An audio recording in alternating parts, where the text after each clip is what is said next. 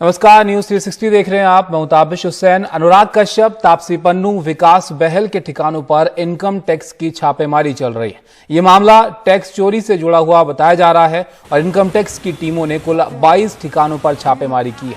इस बीच सूत्रों के हवाले से ये भी खबर आ रही है कि तापसी पन्नू और अनुराग कश्यप से पुणे के एक होटल में आयकर विभाग की टीम पूछताछ कर रही है।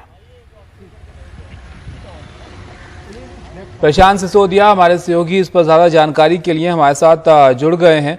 प्रशांत, सबसे पहले तो आपसे ये जानना चाहेंगे कि अभी तक की जो छापेमारी चली है, काफी वक्त उसको हो गया है, पूछताछ भी चल रही है, इसको लेकर क्या जानकारी आ रही है बाहर? और दूसरा ये कि जिन कंपनियों के नाम आ रहे हैं जिस सिलसिले में ये छापेमारी की जा रही है, उनके बारे में भी आपसे जानना चाहेंगे। देखिए, खबरों के मुताबिक जो भी है, हमारे जो सूत्रों से हमें पता लगा था कि करीब 6-6:15 बजे जो बिल्डिंग है यहाँ पे, जहाँ तापसी पन्नू का घर है, इंपीरियल हाइट, जो कि गोरेगांव में है, मैं यहीं पर खड़ा हुआ हूँ। सुबह 6-6:15 बजे करीब जो इनकम टैक्स की जो टीम थी, डिपार्टमेंट की टीम, वो यहाँ पर आई और जो छापेमारी थी वो शुरू हुई। और उसके बाद खाली ये नहीं, करीब 30 जगहों पे, बॉम्बे और पुणे में, मुंबई और पुणे में करीब 30 जगहों पे ये छापेमारी चल रही थी। और जो कि तापसी पन्नू, में जैसा कि कह रहा था कि तापसी पन्नू यहाँ पे है नहीं, तापसी और अनुराग कश्यप दोनों अपनी जो अगली फिल्म है दोबारा, उसकी शूटिंग के लिए पुणे में है। तो उसके अलावा जो तापसी का घर है, तापसी का जो ऑफिस है, ऑफिस मतलब जो मैनेजमेंट टीम उनको हैंडल करती है, जो उनका सारा काम फिल्मों का देखती है, क्री एंटरटेनमेंट करके है, उसमें भी, वहां पे भी छापेमारी हुई है। और कुछ वक्त पहले ही अनुराग कश्यप के घर से एक IT डिपार्टमेंट के ऑफिशियल और पुलिस वाले वहां से निकले हैं। तो अभी भी जो है ये बातचीत, जो पुणे में जो होटल है एक, उसमें अनुराग कश्यप और तापसी पन्नू से भी पूछताछ जारी है। तो ये सारी खबरें तो हैं ही। उसके अलावा ये जो फैंटम फिल्म्स को लेके जो पूरा मसला है और जो कंपनीज के सवाल आप मुझसे पूछ रहे हैं, उसके बारे में मैं आपको ये बता दूं कि फैंटम फिल्म एक्चुअली 2013 में ये एस्टेब्लिश हुई थी, ये कंपनी, जिसमें बहुत सारी फिल्में बनी और इसमें 4 पार्टनर थे, मधु मंटेना, अनुराग कश्यप, विकास बहल और विक्रमादित्य मोटवाने। 2018 में ये डिसॉल्व कर दी गई। और उसके बाद जो इनके तीनों लोगों के, यानी कि अनुराग, विक्रमादित्य और विकास बहल के जो 12.5% जो इनके शेयर्स थे, हर एक के एक 12.5, वो सारे खरीद लिए मधु मंटेना ने। और मधु मंटेना 50% के पार्टनर हो गए। और जो दूसरी कंपनी थी 50% की पार्टनरशिप के साथ, वो थी रिलायंस एंटरटेनमेंट, जिसके बारे में भी ये खबर आई कि उनके यहाँ भी छापेमारी चल रही है। जो CEO है वहाँ के शुभाशीष, उनसे भी बातचीत चल रही थी, उनसे भी पूछताछ चल रही थी।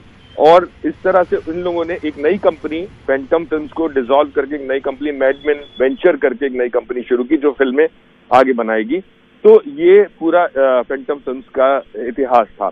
और जितने भी लोग, चाहे वो, जैसा कि मैं कह रहा था कि तापसी के घर पे भी हुआ, तापसी के ऑफिस में भी हुआ, और अनुराग कश्यप से और इनसे बातचीत चल रही है। तो जिस तरह से लोग और इंडस्ट्रीज को जोड़ के देख रहे हैं, ट्विटर पे भी एक पूरी बहस जारी है कि सब उन्हीं लोगों को टारगेट किया जा रहा है जो लोग सरकार के खिलाफ बोलते हैं या जो भी सरकार के खिलाफ आवाज उठाते हैं।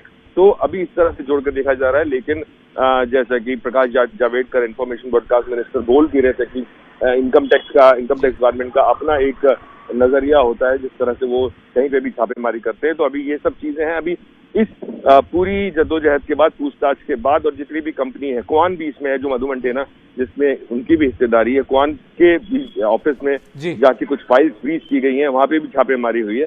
तो अब आगे निकल के क्या आता है, ये अभी देखना बाकी, ये देखने वाली बात होगी। प्रशांत, शुक्रिया आपका इस सब जानकारी के लिए। तो अनुराग कश्यप, तापसी पन्नू, विकास बहल के ठिकानों पर इनकम टैक्स की छापेमारी आज हुई है और इसको लेकर ज्यादा जानकारी प्रशांत दे रहे थे। लेकिन जैसे कि वो बता रहे थे, इसको लेकर सियासत भी अब होने लगी है, क्योंकि ये वो लोग हैं जो कि सरकार की नीतियों का विरोध करते रहे, क्रिटिसाइज करते रहे उसको कहीं ना कहीं। कांग्रेस जहां इन छापों को बदले की कार्रवाई बता रही है, वहीं सूचना प्रसारण मंत्री प्रकाश जावड़ेकर ने कहा कि इनकम टैक्स विभाग की को जिसके बारे में जानकारी मिलती है, वो उसके आधार पर उसकी जांच करती है।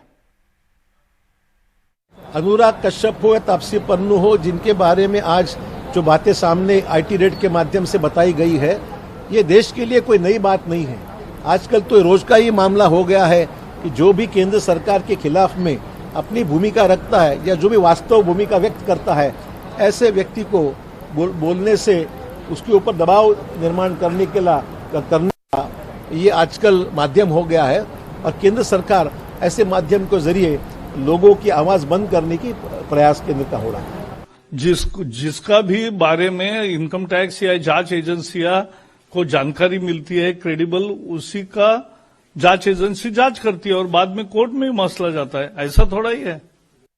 और अब बात कोरोना वैक्सीन की। भारत बायोटेक की वैक्सीन कोवैक्सीन के तीसरे ट्रायल के अंतरिम नतीजे जो हैं वो जारी किए गए हैं और तीसरे ट्रायल में कोवैक्सीन की क्लिनिकल क्षमता 81% निकली है। इस ट्रायल में 25,800 लोग शामिल हुए, लेकिन अंतरिम नतीजे 43 नमूनों के आधार पर निकाले गए हैं।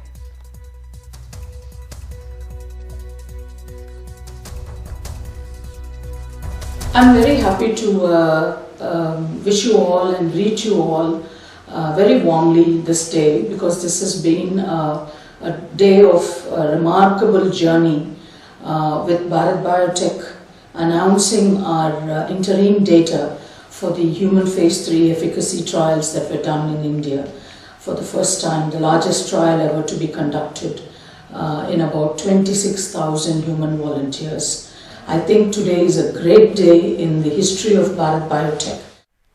कोरोना की तेज होती रफ्तार को देखकर सरकार अब टीकाकरण की रफ्तार भी बढ़ा रही है। इसलिए अब आप अपनी सुविधा के अनुसार हफ्ते के 7 दिन और 24 घंटे कोरोना का टीका अस्पताल में लगवा सकते हैं। अब नए इलाके कोरोना की गिरफ्त में हैं। जहां पहले कम मामले आए, वहां अब ज्यादा आ रहे हैं। समय के साथ वायरस इलाका बदल रहा है। अमरावती में अब ज्यादा मामले उन 7 वार्ड से आ रहे हैं जहां पहले न के बराबर मामले थे। मुंबई में भी उन्हीं इलाकों से ज्यादा मामले आ रहे हैं जहां पहले कम मामले आ रहे थे। ऐसे में इलाकावार टेस्टिंग पर जोर देने को कहा गया है। माना जा रहा है कि एहतियात घटने की वजह से कोरोना के मामले बढ़े हैं, लेकिन चिंता बाहर से आ रहे कोरोना के वेरिएंट्स की है। जिन राज्यों में यह अंतर्राष्ट्रीय वेरिएंट गया है, वहां उसका व्यवहार किस तरह का होगा, यह फिलहाल जानकारी नहीं। 2-3 राज्यों में कोई इंटरनेशनल ट्रैवलर्स नहीं और न ही वो कॉन्टैक्ट्स हैं, फिर भी अंतर्राष्ट्रीय वेरिएंट की मौजूदगी मिली है।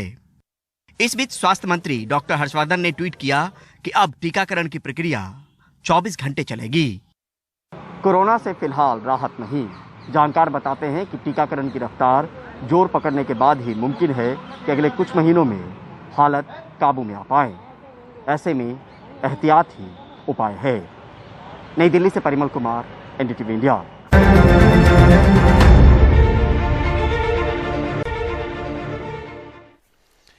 दिल्ली के नगर निगम की 5 सीटों के लिए हुए उपचुनावों में आम आदमी पार्टी ने 4 में जीत हासिल की है, जबकि निगम की सत्ता में काबिज बीजेपी एक भी सीट नहीं जीत पाई है। कांग्रेस ने भी राहत की सांस ली है, क्योंकि वो एक सीट में जीतने में कामयाब रहे।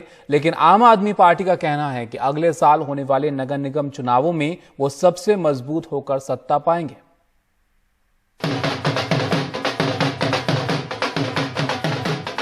आम आदमी पार्टी हेडक्वार्टर में जश्न मन रहा है। दिल्ली नगर निगम की 5 सीटों में से 4 सीटें आपने जीत ली हैं। पार्टी के मुताबिक ये सरकार के अच्छे काम पर जनता की मुहर है। तो मैं समझता हूं कि आज जो नतीजे आए हैं, शायद ये एक आगाज है कि अगले साल जो एमसीडी का चुनाव होगा उसमें किस तरह के नतीजे आने वाले हैं। तो मैं बड़ा इंतजार कर रहा हूं कि जिस दिन एमसीडी के अंदर अपनी सरकार बनेगी, हम दिल्ली को एकदम चमका देंगे। आम आदमी पार्टी ने त्रिलोकपुरी और कल्याणपुरी सीट पर कब्जा बरकरार रखा है। शालीमार बाग सीट बीजेपी से छीनी है। रोहिणी सीट 2017 में बीएसपी ने जीती थी, इस पर भी आपने कब्जा कर लिया। जबकि पूर्वी दिल्ली के सीलमपुर की चौहान बांगर सीट कांग्रेस ने आपसे छीन ली। बीजेपी 5 सीटों में से एक भी नहीं जीत पाई। हम अगला जो 2022 का निगम चुनाव है, भारतीय जनता पार्टी में निगम ने बहुत अच्छा काम किया है और हम इसको आगे बढ़ाएंगे और मुझे पूरा विश्वास है 2022 का चुनाव हम नई ऊर्जा के साथ लड़ेंगे, जो कमियां रहेंगी उनको सुधारते हुए। एक सीट जीतकर कांग्रेस ने सबको चौंकाया और अपने लिए उम्मीद जिंदा रखी। 1 साइडेड इलेक्शन था, लगभग 11,000 के आसपास से हमारी जीत हुई है। 1 साइडेड इलेक्शन था, कुछ नहीं मिला दूसरी पार्टी को। अरविंद केजरीवाल से हमारा इलेक्शन था। हर चुनाव अहम होता है, हर चुनाव की अहमियत अलग अलग होती है। वो बात अलग है कि अपनी परफॉर्मेंस के हिसाब से पॉलिटिकल पार्टियां हर चुनाव की अहमियत घटाती बढ़ाती हुई दिखती हैं। ऐसे में अगर आम आदमी पार्टी इन चुनावों को बहुत अहम चुनाव बताए या बीजेपी ये कहे कि 5 सीटों पर उपचुनाव कोई स्पष्ट संकेत नहीं देते, तो ये कोई बहुत हैरत वाली बात नहीं है। दिल्ली से अपने कैमरा सहयोगी सचिन गुप्ता के साथ मैं शरद शर्मा, एनडीटीवी इंडिया।